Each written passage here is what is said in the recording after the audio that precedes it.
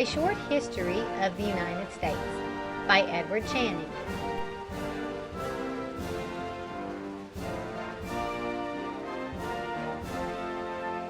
Chapter 7. New Netherland and New Sweden. 57. The Dutch. At this time the Dutch were the greatest traders and shipowners in the world. They were especially interested in the commerce of the East Indies. Indeed, the Dutch India Company was the most successful trading company in existence. The way to the East Indies lay through seas carefully guarded by the Portuguese, so the Dutch India Company hired Henry Hudson, an English sailor, to search for a new route to India. 58. Hudson's Voyage, 1609. He set forth in 1609 in the Half Moon, a staunch little ship. At first he sailed northward, but ice soon blocked his way. He then sailed southwestward to find a strait, which was said to lead through America north of Chesapeake Bay. On August 3, 1609, he reached the entrance of what is now New York Harbor. Soon the Half Moon entered the mouth of the river that still bears her captain's name. Up the river she sailed, until finally she came to anchor near the present site of Albany. The ship's boats sailed even farther north. Everywhere the country was delightful. The Iroquois came off to the ship in their canoes. Hudson received them most kindly, quite unlike the way Champlain treated the Iroquois Indians at about the same time on the shore of Lake Champlain. Then Hudson sailed down the river again and back to Europe. He made one later voyage to America, this time under the English flag. He was turned adrift by his men in Hudson's Bay and perished in the cold and ice. 59. The Dutch Fur Traders. Hudson's failure to find a new way to India made the Dutch India Company lose interest in American exploration. But many Dutch merchants were greatly interested in Hudson's account of the great river of the mountain. They thought they could make money from trading for furs with the Indians. They sent many expeditions to Hudson's River and made a great deal of money. Some of their captains explored the coast northward and southward as far as Boston Harbor and Delaware Bay. Their principal trading posts were on Manhattan Island and near the site of Albany.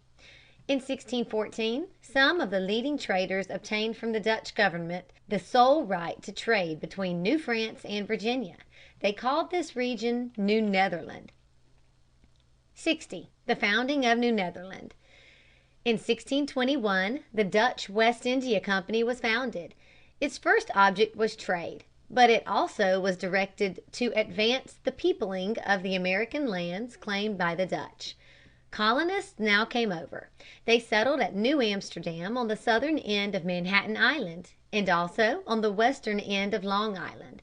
By 1628, there were 400 colonists in New Netherland, but the colony did not grow rapidly, so the company tried to interest rich men in the scheme of colonization by giving them large tracts of land and large powers of government. These great landowners were called patroons. Most of them were not very successful. Indeed, the whole plan was given up before long, and land was given to anyone who would come out and settle. 61. Kieft and the Indians, 1643-44. The worst of the early Dutch governors was William Kieft. He was a bankrupt and a thief who was sent to New Netherland in the hope that he would reform. At first he did well and put a stop to the smuggling and cheating which were common in the colony. Immigrants came over in large numbers, and everything seemed to be going on well when Kieft's brutality brought on an Indian war that nearly destroyed the colony. The Indians living near New Amsterdam sought shelter from the Iroquois on the mainland opposite Manhattan Island. Kieft thought it would be a grand thing to kill all these Indian neighbors while they were collected together. He sent a party of soldiers across the river and killed many of them. The result was a fierce war with all the neighboring tribes. The Dutch colonists were driven from their farms. Even in New Amsterdam with its stockade was not safe. For the Indians sometimes came within the stockade and killed the people in the town. When there were less than 200 people left in New Amsterdam, Kieft was recalled, and Peter Stuyvesant was sent as governor in his stead. 62. Stuyvesant's rule. Stuyvesant was a hot-tempered, energetic soldier who had lost a leg in the company's service. He ruled New Netherland for a long time, from 1647 to 1664, and he ruled so sternly that the colonists were glad when the English came and conquered them. This unpopularity was not entirely Stuyvesant's fault. The Dutch West India Company was a failure. It had no money to spend for the defense of the colonists, and Stuyvesant was obliged to lay heavy taxes on the people.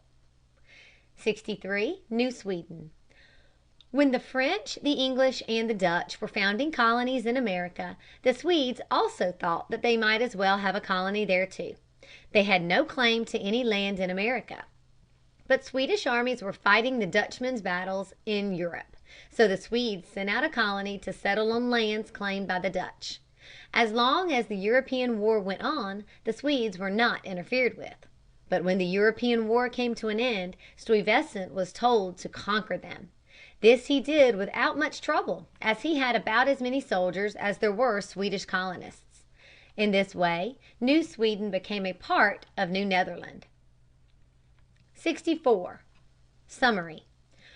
We have seen how the French, the Dutch, the Swedish, and the English colonies were established on the Atlantic seashore and in the St. Lawrence Valley. South of these settlements there was the earlier Spanish colony of St. Augustine.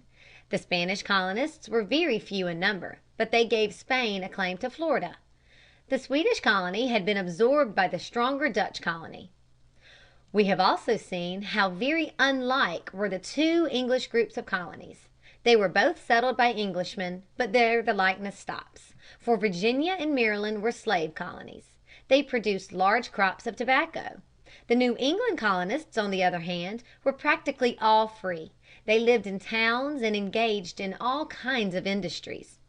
In the next 100 years we shall see how the English conquered first the Dutch and then the French, how they planted colonies far to the south of Virginia, and in these ways occupied the whole coast north of Florida.